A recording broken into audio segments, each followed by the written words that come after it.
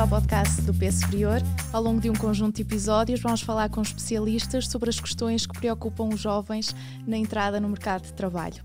O P Superior é um projeto de literacia mediática do público e conta com o apoio da Fundação José Neves, Fidelidade, Google, Porto Editora, Media Brands, NTT Data Portugal, FUAL, Fundação Inatel e Fundação Eugênio de Almeida. Hoje as convidadas são a Mafalda Franco Frazão e a Sofia Marta. Vou fazer uma breve apresentação sobre cada uma delas antes de avançarmos para a conversa. A Mafalda é Head of Ecosystem na Google Portugal, onde trabalha há 15 anos. É licenciada em Comunicação Empresarial e esteve sempre ligada às vendas. Ao longo do percurso profissional já trabalhou em Berlim e em Londres e agora lidera a equipa de agências, parceiros e plataformas na Google Portugal. Já a Sofia Marta é Country Manager da Google Cloud em Portugal e é responsável pela liderança do negócio e crescimento no mercado. É licenciada em Matemática Científica e tem mais de 20 anos de experiência nas áreas da consultoria e da tecnologia. Muito obrigada às duas pela vossa presença. Vamos então agora responder aqui a algumas questões colocadas pelos jovens ouvidos pelo público e também outras questões que podem ser do seu interesse. E começaria por questionar a Mafalda sobre quais que seriam os primeiros passos a dar antes de um jovem ingressar no mercado de trabalho. Olá, muito obrigada pelo convite antes de mais, é um prazer estar aqui hoje. Acho que os primeiros passos começam por uma autoanálise, ou seja, o que que nós, a pessoa específica, gosta, o que a apaixona, o que a distingue. Acho que uma autoanálise muito profunda primeiro é o primeiro passo que efetivamente deve ser feito para saber o que é que se quer. E depois acho que começam os processos normais de identificar de facto o que é que nós gostamos de fazer, o que é que nós queremos fazer, de começar à procura das empresas que efetivamente têm uma missão e que têm uma lógica que têm um bom fit com esta autoanálise. E a partir daí acho que seria os recursos normais, cada empresa tem as suas maneiras de fazer o recrutamento, mas acho que se não se fizer primeiro uma autoanálise e só enviar currículos para todo lado sem fazer esse primeiro passo, penso que se perde aqui uma oportunidade de começar da melhor forma. Eu vou aproveitar para colocar uma questão aqui de um jovem, o Pedro Monteiro. Perguntaria, se calhar mesmo diretamente, como é que poderia destacar-me do resto dos outros candidatos? Eu acho que cada vez mais as empresas são mais exigentes na escolha dos candidatos. E, de facto, todas as valências em cima daquilo que é o currículo académico são o que fazem a diferença. Na minha vida já profissional, e entrevistei muita gente jovem vinda da faculdade, quais são as coisas que eu valorizava mais? Eram de facto as experiências que a pessoa já tinha tido até à data. E essas experiências podem ser um trabalho de voluntariado, uma coisa dedicada ao desporto, algo no fórum musical, no fórum social. Portanto, eu acho que todas essas coisas nos enriquecem, até os próprios programas de Erasmus e de ir para fora, viagens que façam, intercâmbios, eu acho que todas essas coisas nos enriquecem como pessoas e nos vão depois permitir ir mais além naquilo que é também o nosso desempenho profissional. Portanto, eu diria que aquilo que mais marcará a diferença para outros candidatos são de facto esta riqueza de experiências que a pessoa possa dar a conhecer quando está numa entrevista. Mafalda, o truque é esse, é tentar tirar o máximo partido dessas experiências, tendo em conta que não existe ainda a experiência profissional propriamente dita? Sem dúvida nenhuma. Aí acho que estão todos iguais, não é? Um primeiro emprego, todos não têm experiência, mas já tiveram muita experiência de vida. E eu acho que, mais uma vez, essa autoanálise também permite perceber onde é que eu me distingo das outras pessoas. E podem ser por viagens feitas, por ambição que se teve em fazer um projeto. E às vezes, eu tenho um filho que também está um bocadinho nessa fase, às vezes mesmo uma coisa como o meu filho não tinha nada disso, mas fazia aquele Rubik's Cube em 10 segundos. Põe isso no currículo, porque isso é uma coisa que distingue. E se calhar as pessoas nem pensam, mas o que é que eu faço que se calhar é pouco comum e podem ser coisas já feitas, hobbies, e acho que isso também tem que ser um bom fit com o emprego que se está à procura. Mais uma vez, se calhar, um Rubik's Cube não interessa a todos os empregos, mas se há alguma coisa na nossa vida que nós sabemos que ali estão à procura que se deve distinguir. Portanto, a autoanálise e, sobretudo, o que acho que estão à procura é isto que a Sofia disse, que é a liderança, a ambição, curiosidade. O que é que vais trazer que é diferente de todos os outros? E a verdade é que aos 20 e poucos anos já se tem muita coisa. É só encontrar a coisa certa para o sítio certo. Aproveitando que as duas trabalham numa empresa ligada à área tecnológica e que já estamos aqui a falar das competências que os jovens podem destacar no seu currículo e mesmo numa entrevista de emprego, quando se falam de empresas ligadas à tecnologia, quais são as competências mais valorizadas? Começo pela Sofia. Eu elegendo assim uma capacidade de aprendizagem. Para mim é o mais importante, de facto. Se calhar um bocadinho pela minha veia de consultora, mas acho que é mesmo isso, porque ao longo da vida as coisas, e nestas profissões então na tecnologia, a mudança é constante, né? Há um ritmo muito, muito, muito acelerado e temos que estar preparados para coisas novas, que aparecem todos os dias, e portanto a nossa capacidade de nos adaptarmos e de aprendermos coisas novas, eu acho que é aquilo que vai determinar o nosso sucesso. Eu juntava duas, uma na Google específica que nós falamos muito, que é a curiosidade. Curiosidade, que acho que passa por curiosidade por aprender, mas esta curiosidade de querer saber mais, de fazer diferente, de ir atrás. E depois, se calhar mais na minha área, que é esta mais parte das vendas, mas eu acho que isso, se calhar, acontece em muitas áreas, mas é, mais uma vez, uma palavra em inglês que é feio, mas que eu não sei dizer de maneira diferente, que é drive.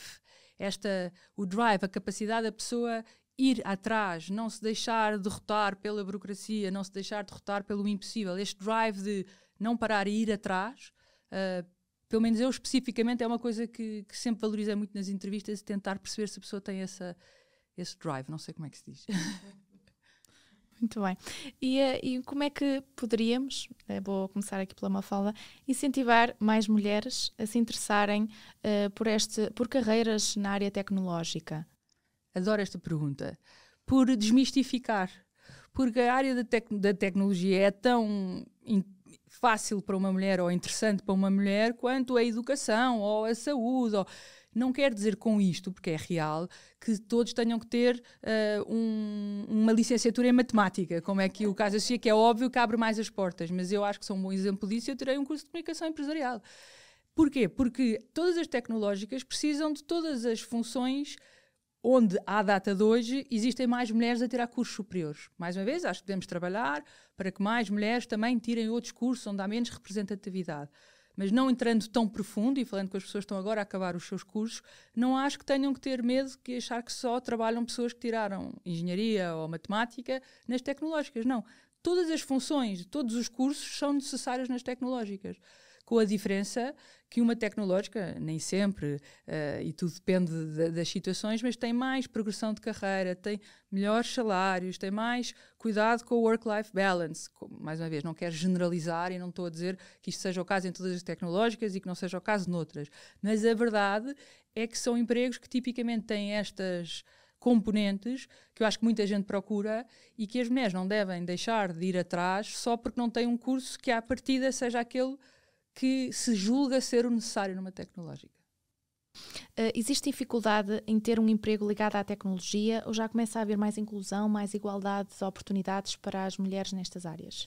Não só acho que já não haja tanta dificuldade, como acho que há uma oportunidade. Ou seja, acho que, sobretudo em muitas áreas, mas as tecnológicas estão bastante despertas para esta realidade da importância da diversidade, que existe mesmo uma vontade clara de recrutar mais mulheres, porque ainda há um gap, a verdade é esta, por anos de histórico, ainda há um gap e, portanto, e porquê? Porque é que queremos contratar tanto mulheres como homens? Porque é a diversidade e é no equilíbrio que tudo funciona. Há N estudos, que não vou agora citar aqui, que mostram o quão importante é ter um balanço correto. E por isso, por uma razão de negócio, as tecnológicas estão muito interessadas em ter um maior equilíbrio entre homens e mulheres. E como em muitas ainda não existe, existe mesmo a vontade de contratar mais mulheres. Claro que sempre as mais capazes, as que são capazes de no mesmo pool de entrevistas superar os homens. Não há ninguém está a fazer favores a ninguém, só que há uma vontade às vezes de encontrar mais mulheres que vão a este pool de entrevistas para que a pool de entrevistas seja equilibrada e então sim escolha o candidato certo.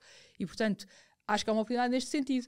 Se calhar se as pessoas souberem que não é assim tão difícil, é só preciso ser bom e ter as capacidades e fazer uma boa entrevista, mas não é difícil, antes pelo contrário, é uma oportunidade para equilibrar mais as mesas, por assim dizer. Também aproveitando este tema, Sofia, quais é que são os principais desafios enfrentados pelas mulheres que trabalham nas áreas tecnológicas? Eu acho que de uma forma geral, e não só nas áreas tecnológicas, há um tema que tipicamente está na cabeça das mulheres quando começam a trabalhar e que acaba por às vezes ter aqui um bloqueio, que é o tema da maternidade, não é? Se a mulher quiser efetivamente ser mãe, pensar como é que isso vai afetar a sua carreira, porque vai ter que estar ausente algum tempo, porque depois tem que dedicar algum tempo também à criança. Eu acho que esse é um tema que também tem vindo a ser endereçado de forma, eu arriscaria a dizer, radicalmente diferente, ok? Posso dizer, por exemplo, na Google, os pais têm 5 meses, não estou em erro, de licença de maternidade e que é utilizada. Portanto, há um incentivo, uma vez mais, a que haja esta equidade no tratamento destas situações. E, portanto, acho que isso não deve ser de todo algo que, por ser mulher, vá considerar que vai ter impacto naquilo ou que vai ser uma dificuldade, ou o que seja. Acho que, mais uma vez, deve ser tratado no âmbito da família e tanto homem como mulher hão de ter o seu papel a desempenhar. Mafalda, quer acrescentar alguma coisa? Sim, acho que, lá está, não queremos também generalizar demasiado, porque nem todas as mulheres são iguais, nem todos os homens são iguais, mas há algumas características que os estudos mostram que fazem com que as mulheres às vezes tenham mais alguma dificuldade em alguns momentos, e um deles é o síndrome de impostor. Ou seja, as mulheres tipicamente, mais uma vez não são todas, não quero generalizar, mas por anos e anos de estarem atrás do homem, e isto é genético, durante séculos e séculos estivemos num papel secundário, têm mais dificuldade do que um homem, à partida, não querendo generalizar, em assumir os seus sucessos, em falar sobre porque é que se é bom, etc, etc, etc. E eu ao longo da vida percebi com esta conversa que há pessoas que têm mais facilidade do que outras em falar sobre si, porque é que merecem e porque é que devem ir. Eu acho que se não se fizer por si, que se faça pelas mulheres. Eu acho que aí às vezes dá-nos a coragem que nos falta, que é, vamos-nos atirar, porque é que eu não me atiro? Vou-me atirar, e se não é por mim, porque não tenho essa coragem, eu vou fazer pelas mulheres. Porque as mulheres têm que ser capazes de chegar aos lugares de liderança, pelas nossas filhas, pelas nossas irmãs, por quem seja quem for. Se não fizermos isso, de nos superarmos porque achamos que não somos capazes, e este síndrome de impostor ainda me acontece, aliás, acontece-me inúmeras vezes. E quando eu sou um bocadinho de não vou à promoção, não vou pedir a promoção, ou não vou me candidatar a este emprego, não, eu vou fazer isso, cá não é por mim, é porque as mulheres precisam de fazer isto. E bora lá. Agora avançaria para um tema que já foi aqui também referido, mas agora vamos aprofundar. Aproveitar para colocar aqui uma questão da jovem Mafalda Silva. Gostava de saber mais sobre a dinâmica da empresa, como é que gerem progressão de carreira, trabalho remoto, trabalho presencial. Porque eu acho que nestas áreas de tecnologia o tema do trabalho híbrido já existe há bastante tempo, eu diria, se calhar numas empresas um bocadinho com maior peso do que noutras, mas algumas das empresas por onde passei, eu diria que já é uma realidade há algum tempo.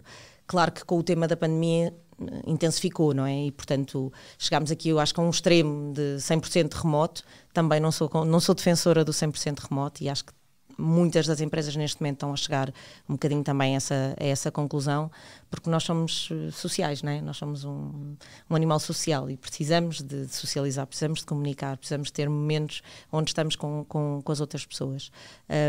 E eu acho que se conseguirmos de facto chegar aqui a um momento de equilíbrio, e esse momento de equilíbrio não é igual para todas as pessoas, portanto eu acho que sempre que possível é bom que haja essa flexibilidade. Esta questão do modelo de trabalho, Mafalda, acaba agora também nas próprias ofertas de emprego, isso já está explicado, e se calhar os jovens também já têm à partida uma preferência. Sim, acho que graças a Deus estamos numa altura em que temos ofertas para todos os gostos e feitios, e assim deve ser, porque efetivamente há quem se dê mesmo melhor só a trabalhar de casa, quem se dê melhor a trabalhar no escritório, e acho que é mais uma variável a ter em conta quando se candidata a um emprego. No entanto, também acho que se tem que aprender isso também. Acho que eu já passei por várias fases de achar que nunca na vida ia trabalhar de casa, que ia ser o fim da picada. Depois fui para casa e achei que era a melhor coisa que me tinha acontecido e que não queria voltar para o escritório, é que nem pensar. E agora estou no híbrido e acho que é ótimo. Ou seja, acho que é um processo, acho que também depende das fases de vida, depende de tantas variáveis que se tem que ir aprendendo e estando aberto a experimentar as diferentes situações e também ver em que momento da vida é que faz sentido o quê. Sofia, há pouco faltou-nos aqui responder a parte da gestão da carreira.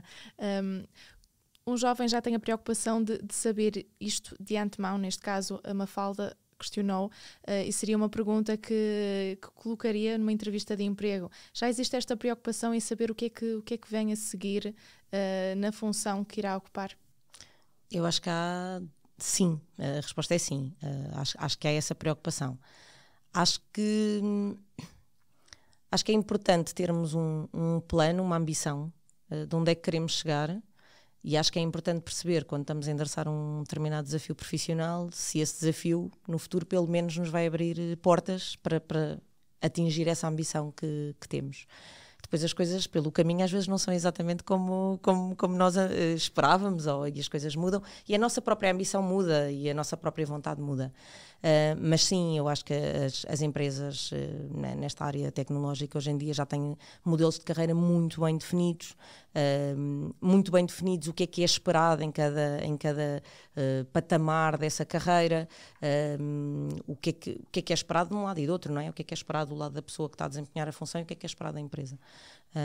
E portanto, eu acho que é claro para quem entra numa determinada função, e acho que hoje em dia os jovens diria que têm mais essa preocupação, ok? Não sei se calhar nós, quando começámos a trabalhar, tínhamos assim tão claro e entrávamos se calhar um bocadinho mais às escuras do que é que aí vinha.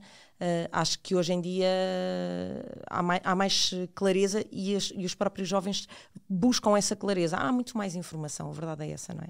Há muito mais informação hoje a circular, o acesso à informação é muito maior, e portanto eu acho que quando se começa a trabalhar tem-se claramente presente aquilo que se pode esperar daquela empresa. Mafalda, quais são as oportunidades de crescimento e de progressão de carreira disponíveis em empresas de tecnologia? Variam imenso, não é? Mas em média são muito mais altas do que noutros setores. E aí voltamos ao ponto inicial que eu dizia, que gostando da área, acho que faz zero sentido para as pessoas que não gostarem da área ingressarem nesta área, esse é o primeiro ponto, mas gostando da área, sendo interessados pela tecnologia, a tecnologia é tão abrangente, quer dizer que estamos aqui a falar de coisas muito diferentes, mas pronto, tendo interesse por isto, acho que sem dúvida nenhuma que a progressão de carreira, tipicamente, mais uma vez, é mais rápida, é mais pensada, é mais estruturada, e portanto acho que sem dúvida que é uma boa aposta. O que eu diria, e só juntando aqui, assim, eu concordo plenamente, ou seja, tem que se ter um plano ou uma ideia que passe por aquela primeira autoanálise que eu dizia e que deve ir sendo refeita, porque os planos e as ambições mudam. Mas e depois também a realidade é a realidade, ou seja, uma coisa é a ideia e o nosso plano, e depois a realidade acontece, e às vezes é muito diferente do nosso plano, mas também se não tivermos um plano, somos só levados pela realidade, não é? E portanto acho que tem que ser um bom balanço, para também não se achar que se fez um grande plano, que se chega lá e que vai ser um atrás do outro, eu sei exatamente o que é que vai acontecer, é assim, muito raro isso acontecer assim. Mas também se a pessoa não tem uma ambição, um plano, anda um bocadinho à deriva, sem ter conhecimento. Também não acho que se deve assustar por não se saber ainda isso. Porque também é normal não se saber, é normal se começar por testar as águas, ir ver o que é que se gosta de fazer, onde é que se é bom, onde é que se sente bem, porque eu lembro-me de sair da faculdade e ter ideia nenhuma do que é que, quer dizer, não fazer ideia, é um bocado assustador essa ideia. Portanto, também não acho que se tem que prender por isso, acho que se tem que se pôr aí, tentar começar, mas ter uma ideia e depois, ok, eu até faço isto bem e gosto, então vamos por aqui. E passo a passo, sempre com um bocadinho com essa análise e ir vendo as oportunidades e depois ser exigente. Eu acho que aí sim. A mim deram um conselho no início da minha carreira que eu nunca me esqueço, que era, enquanto que não for necessário, uma coisa que se tem que sobreviver é não escolher fazer as apostas pelos primeiros salários, não é? Ou pelo salário, mas sim pelas oportunidades de crescimento. Porque acho que, e lembro perfeitamente, escolham sempre um rocket ship, um foguetão. Escolham sempre empresas ou sítios que estão a crescer, que são dinâmicas, porque é muito mais fácil crescer e evoluir rapidamente em sítios dinâmicos do que em empresas muito que têm pouco essa capacidade, que não estão a crescer muito. E, portanto, mais do que se calhar um salário inicial, é isto, é escolher as oportunidades, podendo, pela velocidade com que essas empresas andam e pelas forças que nós encontramos em nós e que têm um bom fit com a empresa a que nos estamos a candidatar. Eu diria que também uma coisa importante é a abertura de espírito para a mudança, não é? Que já falámos aqui antes, porque as empresas tecnológicas mudam muito, muito rapidamente, não é? Uma vez mais. E, portanto, aquilo que eu estou a fazer hoje, amanhã pode já não fazer sentido e eu ter que me dedicar a uma outra área dentro da tecnologia, porque agora é para ali o caminho. E, portanto, esta nossa capacidade de adaptação acho que é algo que também, para alguém que quer endereçar estas áreas enquanto profissão, tem que conseguir lidar bem com estas mudanças constantes, porque elas acontecem, efetivamente. Às vezes entra-se com uma ideia na universidade e acaba-se por ter uma carreira completamente distinta. Verdade. Eu acho que sim. Mais uma vez, é assim, estamos a falar de casos e casos, não é? Há situações em que a pessoa entra e tem uma expectativa e é aquilo que quer fazer e sabe e segue tudo certinho, e há outras em que é completamente ao lado, não é? Uma vez mais, eu acho que informação existe e, portanto, hoje eu já não acredito que ninguém vá um bocadinho ao enganar, não era nada disto, não era nada disto que eu fui encontrar, acho que não. Agora, a expectativa que a pessoa tem quando acaba o estudo e a realidade depois com que se depara quando começa a trabalhar é muito diferente, até na própria responsabilidade, na dinâmica toda do dia-a-dia, entra numa coisa nova onde está a começar, até podia ser um aluno brilhante na faculdade e quando entra no mercado de trabalho, quer dizer, está no mesmo pé de igualdade dos outros a começar, não é? Portanto, acho que alinhar essa expectativa e uma vez mais a capacidade de aprendizagem de tudo o que vai ver pela frente e vai ter a oportunidade de abraçar, acho que é a combinação fundamental. Há uma adaptação necessária entre terminar uma licenciatura ou algum ciclo de estudos e o momento de entrada no mercado de trabalho e que pode ser então completamente diferente do que foi idealizado inicialmente, Mafalda. Sim, acho que é normal. Acho que hoje em dia nas redes sociais vem sempre expectativa versus realidade. E não é diferente também nem no ingressar do trabalho, não é? As expectativas são sempre umas, a realidade é sempre outra. Acho que é preciso estar preparado para penar.